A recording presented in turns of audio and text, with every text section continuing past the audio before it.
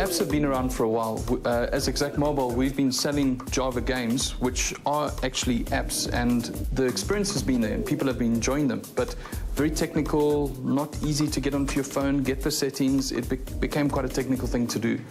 With iPhone, they now made this simpler for the consumer. Simple experience.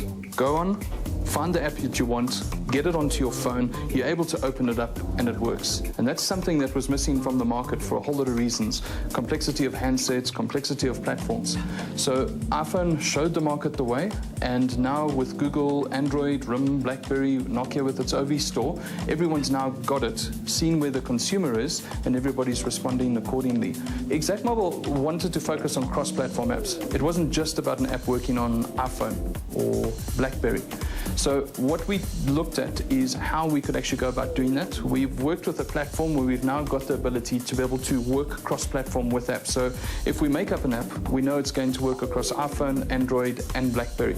Working on applications is great fun. I mean, there's so many facets to it. There's so many different levels that you can go into. I mean, everybody's user experience is different. And again, from a cross-platform perspective, the challenge is taking that experience that might be on an iPhone, which is effectively the flagship of application development, and then try and port that into sort of the lesser platform. So for instance, not that BlackBerry is a lesser platform, but its functionality is not quite what you can have in an iPhone. The one that we've currently got active is the My Guide. It's just a simple TV guide across all the different TV stations. My Guide, in essence, is a very much a sort of an application in progress. It is one of our first applications that we've created, and we will certainly be building on and adding to it as we move forward. We're experimenting with different graphical effects, information displays, turnovers, etc. So anyone who downloads the My Guide app would be able to have a taste of what this cross-platform app experience is like. The design will change. There are going to be a couple of new improvements. We've had some requests for search functionality, people wanting to add schedules in and actually do a lot more with the application. So those will be coming in the future as well. We're quite happy with the learnings that we're getting from it, not just the process of making it live, but the interaction with consumers as they cotton onto it, the feedback that they start giving to you. So we've quite enjoyed that process and what's come out of it. Having tested the waters with the My Guide app, the team's next challenge was to design an app for one of the country's biggest rock bands, Prime Circle. With the Prime Circle app, our focus on there is to start now with the entertainment side of it and see how people will react on some of the thinking that we've applied into entertainment-related apps. Prime Circle is fundamentally based off the artwork that they provided us with. So the album being Jekyll and Hyde, there's obviously the good and the evil, and we're looking at sort of encapsulating that within the application, which is why we've been primarily with the artwork that was created by the Prime Circle team. We didn't deviate much from that. It was really just taking it and skinning it for a mobile application, so getting it in the right format, styling it accordingly, and actually making best use of the available space on a phone screen as such. Well, first of all, it's about a unique interaction with content. So it's something that you can only get as a Prime Circle experience on the app. So it's dealing with the band members, something unique about them, information there that's unique, getting to know them.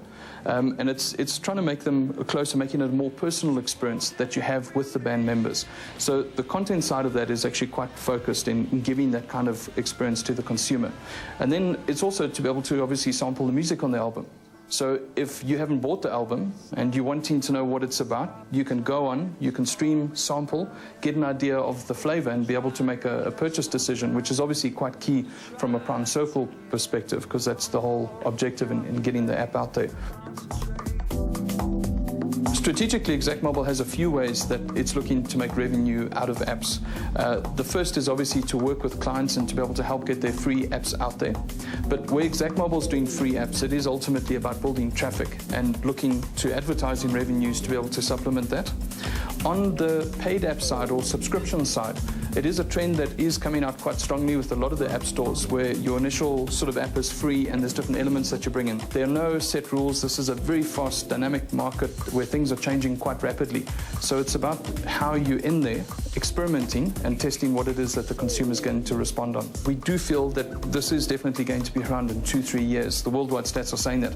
But at the same time, you can't underestimate the sort of upcoming technologies and interactions and different hardware devices that are coming through. So on a 4-5 year horizon, quite difficult to paint. You're positioned well if you're in with apps.